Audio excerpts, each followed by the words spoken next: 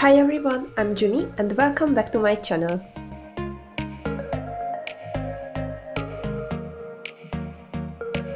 Back when I was a beginner, I had to figure out everything about this whole leviwand art form and hobby by myself. I get a random levitation wand from an online webshop and I didn't even know that there are different types of wands for different dance styles. String length, finger loops, ball grips, sizes, etc. So I decided to make this video for those who want to take up this hobby or consider buying a levitation wand.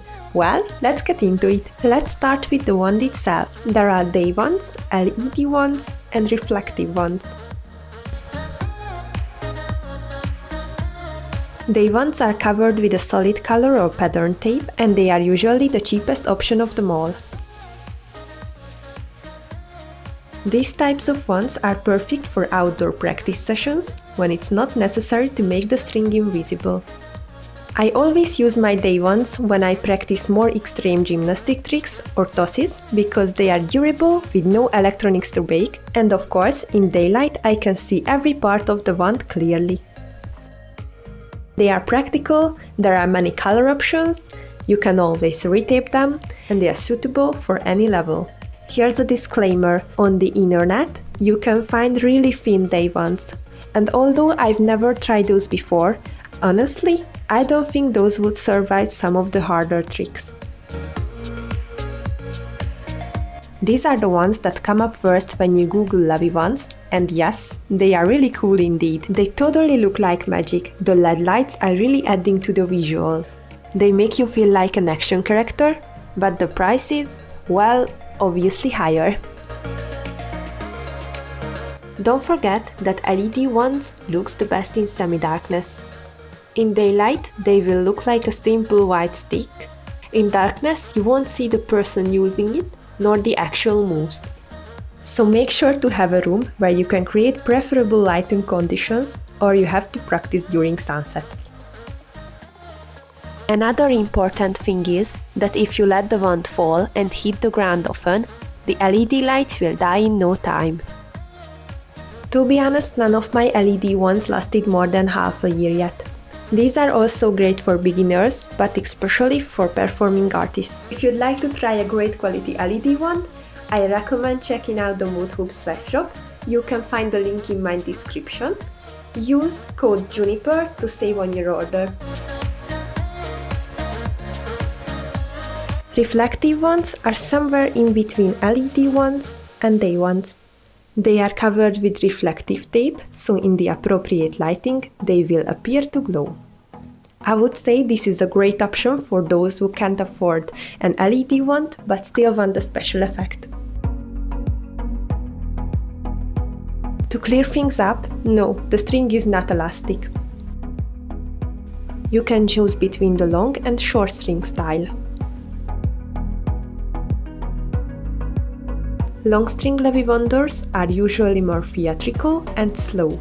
Their movements are gentle and flowy. They rarely do contact tricks, rather focusing on the illusion. The string is either wrapped around their shoulder or their neck. They also need a larger space for practicing. I think long string leviwands are better for advanced artists because the length of the strings makes it more difficult to learn the basics. With a short string, aka the contact leviwand, you can do faster-paced, more explosive moves. The string is attached to your hand, and its shorter length makes it possible to involve more of your body parts. You will be able to do throws and gymnastic tricks without limitations. Don't worry, you can change the string's length of your leviwand anytime. If you choose the contact wand style, you will need something that attaches the string to your hand. This could either be a finger loop or a ball grip. Unfortunately, most of the wands come with finger loops.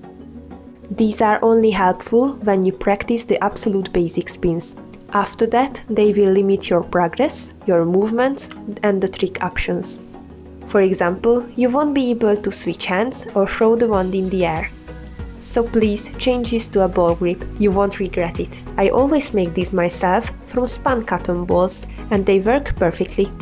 With a ball grip, I can easily do tosses, technical tricks, rolls, and even involve my feet.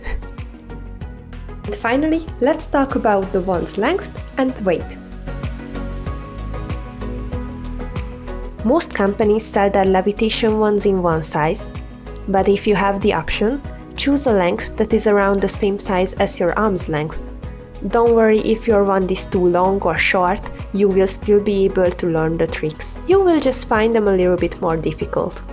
The same applies to the weight. Companies usually don't give weight options. One thing I noticed is that heavier leviwands work better when you do technical and illusion tricks, and lighter ones are better when it comes to quick spinny gymnastic tricks. You might feel like you can't decide anything after all this information, but to tell you the truth, whatever wand you choose, you will be able to do most tricks. So if you're an absolute beginner and need one simple answer, I would say choose any type of levy wand in your budget and use a short string and a ball grip first. If you have any questions left, let me know by writing a comment. See you in my next video. Bye!